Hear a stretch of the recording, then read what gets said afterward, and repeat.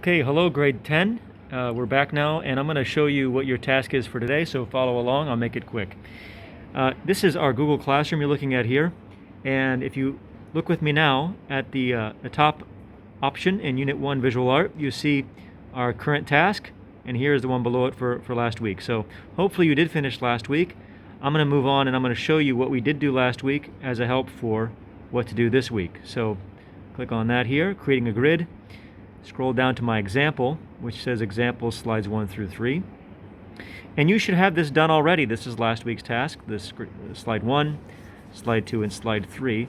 And last week I focused on doing this gridded eye, which is my eye.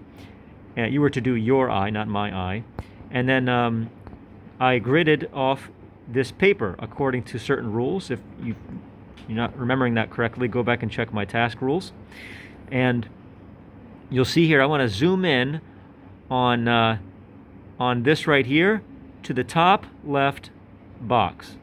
And that's where I'm going to start because I'm right-handed, and I'll tell you about that why in just a second. So anyway, if you have to unsubmit what you submitted last week, this presentation here, then you may go ahead and do that, because that way you'll be able to zoom in on your work as you work through it. And zooming in is important to get the details. So I've got in front of me my gridded photograph of my eye. I'm zoomed in to the top left, and now in front of me here I've got my paper, or actually for those in class we're using a board, and you can't even see it, but I've got the gridded boxes all over just like you did, and that's good that you can't see it because I can, meaning it's really light, and having light drawn boxes is really important for your grade and the finished look of your piece. So as you can see, I've already started here and I've got more than one box drawn. I've gotten, in fact, you can hardly tell, but there's 1, 2, and then my third box there, which correspond to the screen here, box 1, 2, and then 3 right there. So as I begin, I'm making sure that I have a really sharp pencil, and you can tell that I'm using something, this is called a B pencil. I've also got an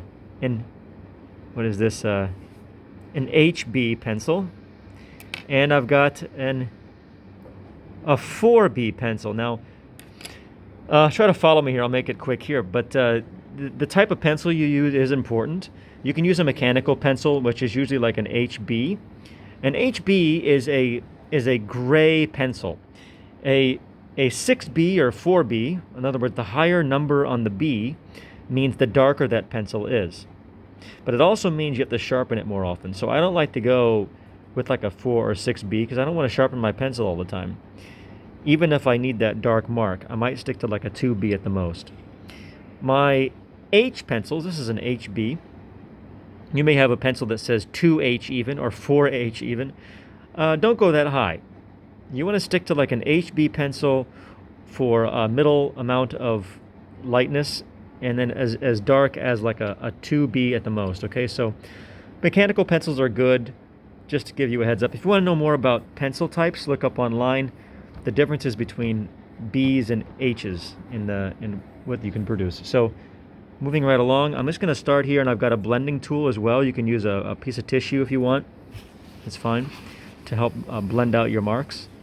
The first thing I did in this box here, I'm going to finish up soon here, is I started with a background gray all over that I blended with my tissue paper of gray, and then to darker gray here. A little bit change, I noticed.